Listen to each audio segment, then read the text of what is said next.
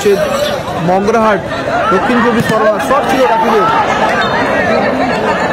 মগরাহাট দক্ষিণ 24 পরগনা। না না না, হলদিয়া টিম নেই। রাকিব মর্তজা হেডেন, রাকিব শট, দারুণ গোল।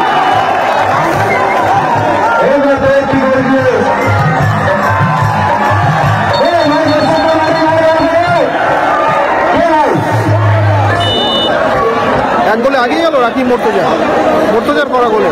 আলমদারা কিন্তু পিছিয়ে পড়লো আবারও। প্রথমার্ধের খেলা চলছে, সুযোগ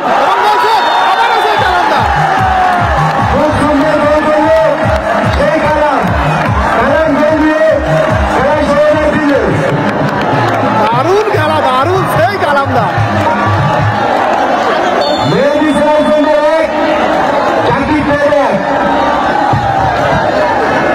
স্কোর 1-1।